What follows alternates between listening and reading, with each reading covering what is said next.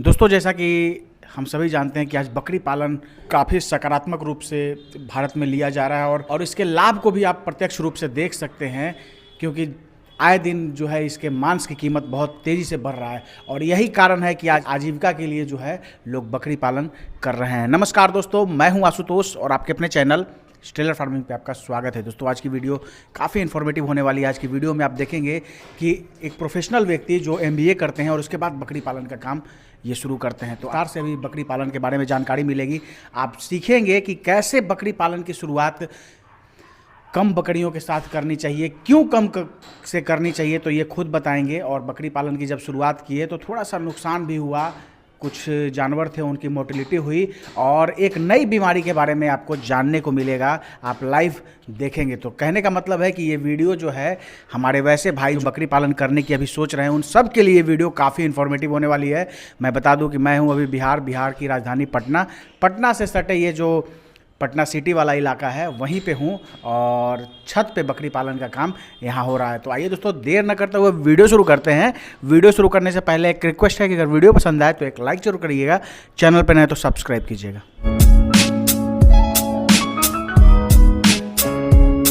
Sir, हमारे channel पे आपका स्वागत है। धन्यवाद।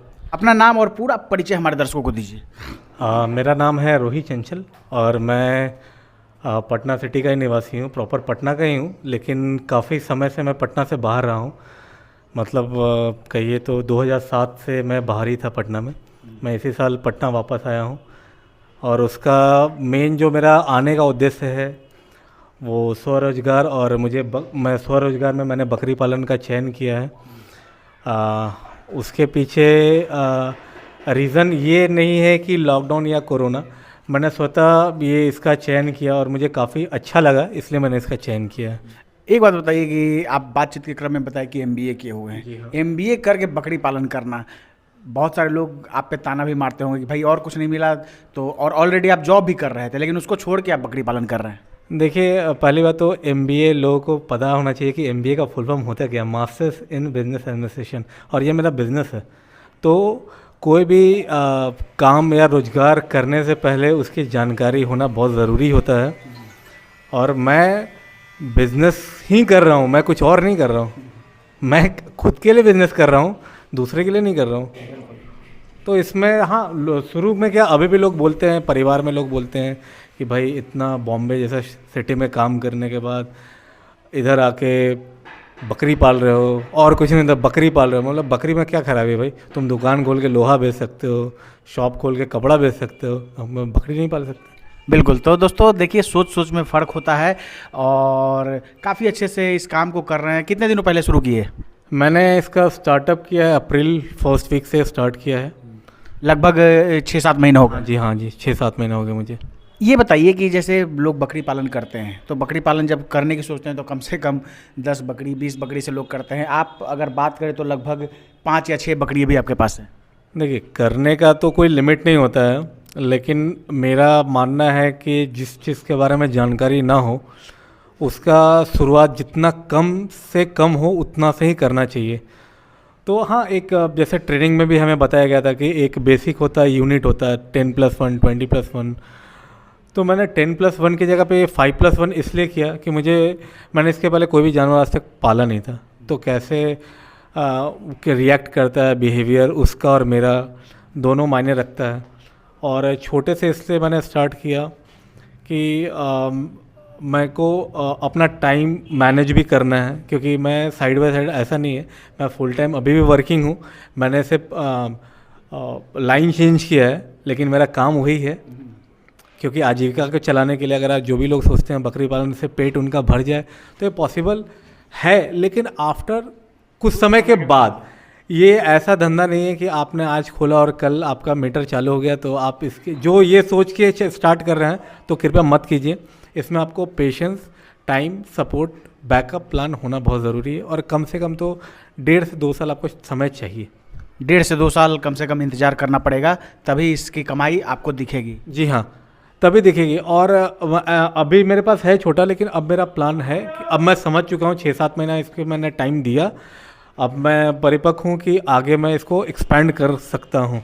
मतलब अपना जो इन्वेस्टमेंट है उसको मैं बढ़ा सकता हूँ। तो इसलिए भी मेरा प्लान था कि छोटा से इसलिए करूँ कि अगर मुझे लगा कि हाँ अगर मैं इसमें सक्सेस नहीं हो पाया या कुछ भी, सक्सेस तो अलग चीज़ हो जाता है, मैं जानवर के बिहेवियर से मैच कर पाया या नहीं, सबसे मेन इंपॉर्टेंट वो है।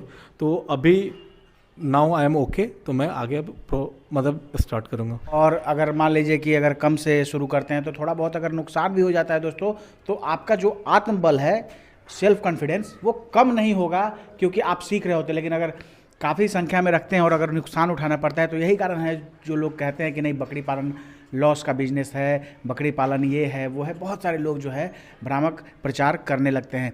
अभी बातचीत के क्रम में आप बताएं कि जैसे शुरुआत में जब आप बकरी पालन किए थे तो एक आध जानवर की मोर्टेलिटी भी हुई थी। जी हाँ, हुई थी। गलत चयन, जानवर का चयन सबसे इम्पोर्टेंट होता है। मैंने सस्ते के चक्कर में जो लोग मान के गंगा जी में बहाते हैं वहाँ से मैंने परचेज़ किया था। उसके कारण से जो मेरा अच्छा बकरी लोग हैं उन लोग भी तकलीफ़ में आए थे, लेकिन मेरा नसीब अच्छा था या बोलिए मेरी जानकारी अच्छी थी, जिससे मैं उनको बचा लिया। जो मैंने गांव से चयन करे घूम घूम के जो मैं परचेज़ किया था उनको बचा लिया, और जो मैं गंगा जी से जो सस्ते के चक्कर में जो लेके आया था वो मर गई। तो मोर्टेलिटी हुआ है। अभी तक मेरा सिर्फ नहीं 2 बकरी मरी है। जो 2 बच्ची थे गंगा जी से मैं लेके आया था, वही दोनों का। तो दोस्तों शुरुआत में जो है वो सर ने बताए कि 2 बकरी की मोर्टेलिटी हुई और लाए थे तो कुछ बीमारी हो गई। और जैसा कि आप जानते हैं कि बकरियों में जो डिजीज होता है बहुत तेज़ी से स्प्रेड करता है, और एक बकरी में अगर कोई दिक्कत है, कोई बीमारी है, तो तेज़ी से सभी बकरियों को वो बीमारी से वो सारी बकरियां जो है ग्रसित हो जाती है। और वही हुआ। उसके बाद फिर सर के पास पुख्ता जानकारी थी और उसके बाद और बकरियों को बचा लिए, लेकिन जिसमें ज़्यादा दिक्कत था वो नहीं बच पाया। और जैसे अभी हम देख रहे हैं कि उधर जो एक बकरी है उसमें उसका गर्दन जो है थोड़ा सा टेढ़ा है, तो उसको थोड़ा सा उसके बारे में बताइए कि क्या हुआ था। ये जो हुआ था, ये जो दोनों बकरियां हैं जो मैंने आपको बताया जो गंगा जी से मैं लेके आया था, उसके कारण इन सबको हाई टेम्परेचर हुआ था। ये जो आप प्रॉब्लम अभी देख रहे हैं, ये एक्चुअली प्रॉब्लम इससे भी ज़्यादा था। अभी तो काफ़ी क्योर हो गई है। ये मैं आपको जो बताया था गंगा जी से मैं जो लेके आया था, उसके कारण इन मेरी सब बकरियों को हाई टेम्परेचर का प्रॉब्लम हुआ था। और ये हाई टेम्परेचर नहीं, समझिए PPR का लक्षण ही आ गया था। दस्त होना, सर्दी, खांसी, ये सारे लक्षण इसमें आ गए थे। तो जब भी मैंने इसका ट्रीटमेंट किया था उस समय इनको ये और ये दोनों बकरियों को लकवा का शिकार भी हो गई थी। तो मैंने तब भी हिम्मत नहीं हारा, बेसिक्स जो पढ़ाया गया था मैंने उसी को फॉलो किया। और आप देख सकते हैं दोनों बकरियां खड़ी हैं। इसका हाल तो इससे भी ज़्यादा बुरा था। ये भी बहुत बुरा था। इसका जो गर्दन था वो पूरा बेंड हो गया था, मतलब काइंड ऑफ ये मतलब कुछ भी नहीं कर पाती थी, लेटी ऐसे पड़ी रहती थी। लेकिन फिर धीरे धीरे मैंने इस पर काफ़ी मेहनत की और नाउ शी इज़ फाइन। और उसका गर्दन भी काफ़ी लचीला भी हो गया और काफ़ी स्ट्रेट भी हो गया। खाने पीने में कोई दिक्कत नहीं होती? खाने पीने में कोई दिक्कत नहीं। इसका दवा भी चालू है, जो बेसिक्स जो मैंने पढ़ाई किया है, और दवा देते देते भी इसमें बहुत सुधार हुआ है। तो इसमें थोड़ा समय लगेगा। मैंने जो भी मेरे जानकार लोग हैं जिनसे मैंने कंसल्ट किया कि इसका क्या मतलब ये लाइफ टाइम ऐसे रहेगा या इसमें हो सकता है, तो बोला कि नहीं इसमें समय लगेगा। पेशेंस जो कि बकरी पालन में सबसे इम्पोर्टेंट चीज़ है, और ये वही चीज़ मुझे सिखा रहा है कि पेशेंस कितना इंपॉर्टेंट है। अभी बहुत अच्छा है। अभी ये प्रेग्नेंट भी है, कोई तकलीफ नहीं। खाने पीने में मैग्नी वगैरह सब ठीक है, कोई भी प्रॉब्लम नहीं। सिर्फ ये जो गर्दन वो थोड़ा बेंट हो गया, लेकिन वो भी उसमें भी बहुत सुधार है। उसका दवा चालू है, पहले से बहुत सुधार है। बहुत सुधार है। अब बात करते हैं सर कि जैसे जो जानवर आप रखे हुए हैं इनको खिलाने पिलाने की क्या व्यवस्था है, क्या खिलाते हैं, कैसे खिलाते हैं, हमारे दर्शकों को बताइए। खिलाने में देखिए, मैं शहर में रहता हूँ, हरा चारा मेरे लिए सबसे चैलेंजिंग पार्ट है। तो अभी तो फ़िलहाल ठंडी है, तो मैं शाम को मार्केट में इजीली गोभी का पत्ता अवेलेबल हो जाता है, तो मैं सुबह में वो देता हूँ। इसके अलावा हरा चारा का मेरे पास मैंने बहुत कोशिश किया है, तो मेरे पास कोई उपाय नहीं है। मैं इनको सुबह में दलहनी भूसा देता हूँ, दोपहर में इनको दाना के साथ मिनरल मिक्सचर ज़रूर से देता हूँ, क्योंकि जो हरा चारा का जो भी विटामिन्स मिनरल्स है उसका भरपाई मैं मिनरल मिक्सचर के थ्रू कर सकूँ। खर्चा देखा जाए तो थोड़ा गांव के अपेक्षा ज़्यादा होता है थोड़ा, लेकिन इतना भी ज़्यादा नहीं। मैंने सारा कैलकुलेशन किया, बहुत सारी चीज़ें मैंने देखा है। अगर आप टाइम से मैनेजमेंट करते हैं तो ये 15-20 रुपये से ऊपर नहीं जाता है, आप सारा कॉस्ट भी पकड़ते हैं तो। इन जानवरों को जो अभी आपके पास जानवर हैं, इनको कहाँ से आपने लिया? ये सब मैंने ये सब ब्रीडर है, फार्म से लिया, क्योंकि ब्रीडर तो आपको गांव में इजीली अवेलेबल नहीं होगा, और ब्रीडर मैंने बरबरी का रखा। बाकी मैंने गांव में मतलब घूम घूम के एक एक करके बहुत मेहनत से खरीदा है जी। और तब जाके, लेकिन आपकी जो बकरियां हैं काफ़ी शानदार हैं। जी धन्यवाद। तो दोस्तों ऐसे करके कई बार होता है कि लोग सोचते हैं कि थोड़ा सा अगर जानकारी हो गया तो एक ही जगह से वो लोग सोचते हैं कि परचेज कर लें, लेकिन देखिए जो भी इनके पास जानवर हैं काफ़ी सॉलिड हैं, और उसके पीछे सर काफ़ी मेहनत किए। बातचीत के क्रम में इन्होंने बताया कि कई बार जो है मोटरसाइकिल से वो गांव-गांव घूमते थे, और एक दिन 2 दिन पूरा घूमते थे, तब जाके एक एक जानवर आपको मिलते थे। जी हाँ, जी हाँ। अब बात करते हैं सर कि बकरी पालन में जानकारी ज़रूरी है, और आज जिस तरह से आप मैनेजमेंट आपके पास है तो उससे ये पता चलता है कि जानकारी आपके पास पूरा है, सॉलिड जानकारी है, तभी जाके आप जो लोग गलती करते हैं वो आपने गलती नहीं करी। तो जानकारी कहाँ से आपको मिली? जानकारी का सबसे जो मेजर जो स्रोत था वो आरसीटी था। तो मैंने बाकायदा यहाँ आने के बाद सबसे पहले आरसीटी में अपना चयन कराया, नामांकन कराया, वहाँ से मैंने ट्रेनिंग लिया। 10 दिन का ट्रेनिंग हुआ, उसके बाद मैंने प्रैक्टिकल ट्रेनिंग भी लिया। फिर मैं मार्केट में काफ़ी फार्म भी विज़िट किया हूँ, और फिर छोटा सा मैंने बोला आपको शुरुआत किया हूँ, तो ये शुरुआत मुझे बहुत एक्सपीरियंस दी है। और ऐसा नहीं मैं, आप बोल रहे हैं कि बहुत अच्छा, अभी भी मैं हर दिन सीखता ही हूँ, और हर दिन नया मेरे लिए नया चैलेंज होता है, और बहुत इंटरेस्टिंग, बहुत मज़ा आता है एक्चुअली काम करने में।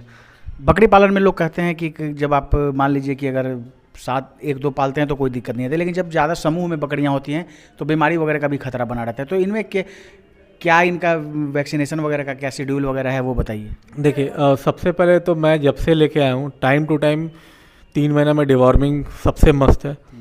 हर वीकली इनका नाक, मुंह और खुरा वो मैं पोटासियम परमैंगनेट से पोंछता हूँ, चाहे कुछ भी हो जाए।